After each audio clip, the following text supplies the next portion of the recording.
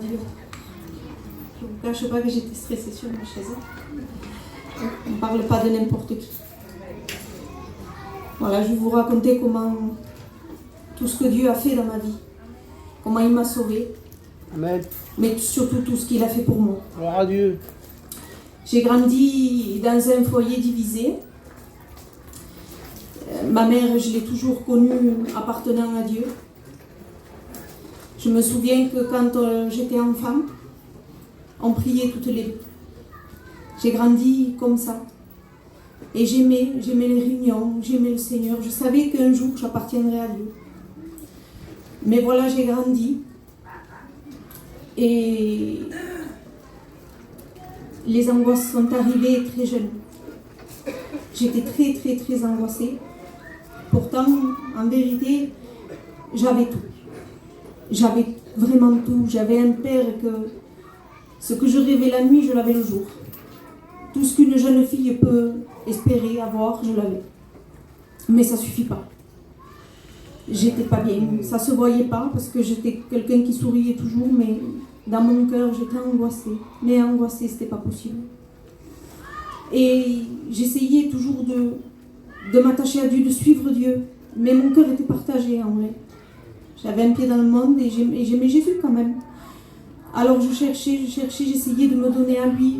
Et je voulais toujours aller plus vite. Je voulais tout donner, mais ça venait de moi. Donc ça ne tenait pas. J'étais vite découragée. Et ça ne tenait pas. J'étais toujours découragée. Et les angoisses ont grandi. Et j'ai fondé un foyer. Et je pensais que ça allait aller mieux. Mais non. Ça ne va pas mieux. C'était de pire en pire. J'étais devenue à un point que une parole de quelqu'un, elle aurait pu m'angoisser pendant une semaine. Je ne dormais pas. Je me réveillais la nuit en sursaut. Je disais à ma mère que si je pouvais m'arracher le cœur et l'enterrer quelque part pour plus rien ressentir, je le ferais. C'était invivable. Et j'ai fait une erreur. C'est que je me suis attachée à l'être humain. C'est la première fois que je le dis. Je pensais qu'en tournant mes regards vers mon compagnon, j'allais trouver du secours. Je pensais que j'irais mieux. Mais non, lui, il ne comprenait pas ma souffrance. Pourtant, j'ai un compagnon qui est très gentil, je manquais de rien. Mais il ne comprenait pas ma souffrance. Et un jour, je me suis souvenue de Jésus. J'ai dit, Seigneur, je ne peux pas vivre sans toi. J'ai essayé, je ne peux pas. Alors j'ai dit, Seigneur, je te donne ma vie, je te donne mon cœur, et toi le reste tu le feras. Je ne me sortirai plus rien de moi-même, c'est toi qui le feras. Et c'est ce que j'ai fait, j'ai donné mon cœur à Dieu, et le Seigneur a transformé mon cœur. Je me suis levée un beau jour, et j'avais plus d'angoisse, j'avais plus rien, je disais, Seigneur, c'est pas possible, il y a une paix, que ça n'existe pas au monde, il faut la vivre. Et j'allais pas aux réunions parce que j'étais seule et j'avais peur de prendre la voiture et partir. Mais le Seigneur fait tout parfaitement. Et un jour, je faisais mon ménage et le Saint-Esprit parlait à mon cœur. Il me dit, maintenant, il faut que tu te trouves une église. Et j'ai téléphoné à mon cousin David. J'ai dit, David, je voudrais aller à la réunion. Mais il me dit, ça tombe bien. Il me dit, je passe devant chez toi, je viendrai te chercher. La peur, prendre ma voiture et aller, j'ai plus peur maintenant. Le Seigneur me l'a enlevé. Voilà, j'ai fait ma vie avec le Seigneur. Et au cours de ma vie chrétienne, ça faisait 2 ans que j'appartenais à Dieu. Je vous dis ça parce que ça fait partie de mon témoignage. C'est pour que vous compreniez à combien le Seigneur peut changer un cœur complètement.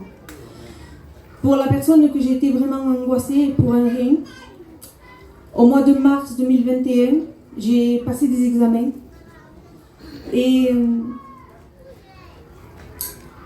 je me suis retrouvée là, toute seule dans ce bureau à la Péronie. Et là, j'apprends que j'ai la mauvaise maladie. Et ce professeur devant moi, il me dit, je suis désolée, mais vous êtes envahie. Mais le Seigneur m'avait préparé. 15 jours avant, pendant bien 15 jours, 3 semaines, Tous les jours, le Seigneur me disait, ne crains rien, je suis avec toi. Partout où mes yeux se posaient, où j'écoutais quelque chose, c'était ne crains rien, je suis avec toi, je te garderai, je te guérirai. Je disais, Seigneur, je viens folle, j'avais pas fait les examens, j'avais rien fait encore. Je disais, je viens folle. Et quand je me suis retrouvée là, ça a duré très longtemps, de 10h du matin jusqu'à 4h de l'après-midi. Et ça aussi, c'est la première fois que je le dis. Quand je me suis trouvée dans cette salle d'attente, j'étais avec une femme, une gadji à côté de moi, et je discutais avec elle. Et le Seigneur se sert de n'importe qui. Et tout en parlant avec elle, j'ai dit, madame, j'ai dit, ça a dû être dur pour vous. Parce qu'elle avait les cheveux courts. Et elle me disait, tu sais, quand tu rentres dans l'acceptation, tout est différent. Et ça, cette parole, je l'ai gardée dans mon cœur. Je suis rentrée dans ce bureau, il m'a annoncé ça. J'avais une paix que ça n'existait pas. Les gens, ils m'appelaient en pleurant. Et moi, je leur remontais le moral, je disais non, j'ai le Seigneur. Je savais à ce moment-là à qui j'appartenais. Je savais, je disais Seigneur, je ne veux même pas savoir pourquoi, ça ne m'intéresse pas. Je sais que si tu as permis cette situation, c'est pour quelque chose. Et tu me béniras parce que tu ne peux pas faire autrement. Une pleine conscience de ce qu'il était. Je ne peux pas vous dire que tout a été rose, c'est pas vrai. J'ai eu des mauvais moments. Des moments où le diable est venu me parler, où il m'a dit tu ne vivras pas, tu vas laisser tes enfants, qui va s'occuper d'eux? Mais ça ne durait pas. Ça a duré quelques heures et le Seigneur m'a remplissé à nouveau de sa paix.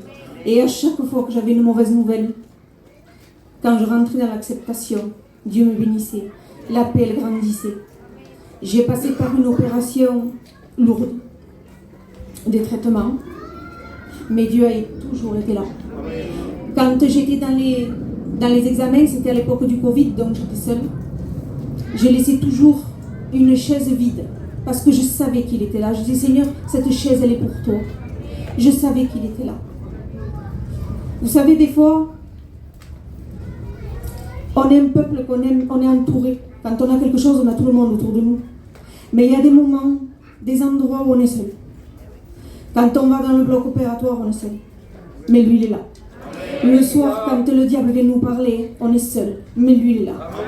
Et je remercie le Seigneur parce qu'il m'a mis dans le creux de sa main les prières. Avant, quand quelqu'un disait j'ai ressenti, j'étais portée par les prières, moi je ne comprenais pas. Il a fallu que je le vive pour le comprendre.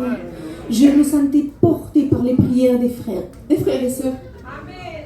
C'était particulier. C'était quelque chose de merveilleux. Ça a été quelque chose de difficile, mais en même temps la plus belle expérience de ma vie, parce qu'il y avait cette connexion avec le ciel. Quoi vous dire? Parfaite, je ne suis pas. À la hauteur, je ne suis pas. Mais je sais que lui, il l'est. Qu'il est fidèle. Et tout ce que je demande, c'est d'être fidèle moi aussi, et d'être vrai. Et de l'aimer chaque jour davantage. Parce que mon bien, c'est lui. N'attendez pas de passer par l'épreuve. L'épreuve, elle n'attend pas que vous n'appartenez à Dieu ou pas. Quand elle vient, elle vient. Vaut mieux traverser les tempêtes avec Jésus, parce que c'est lui qui la calme. Que Dieu vous bénisse.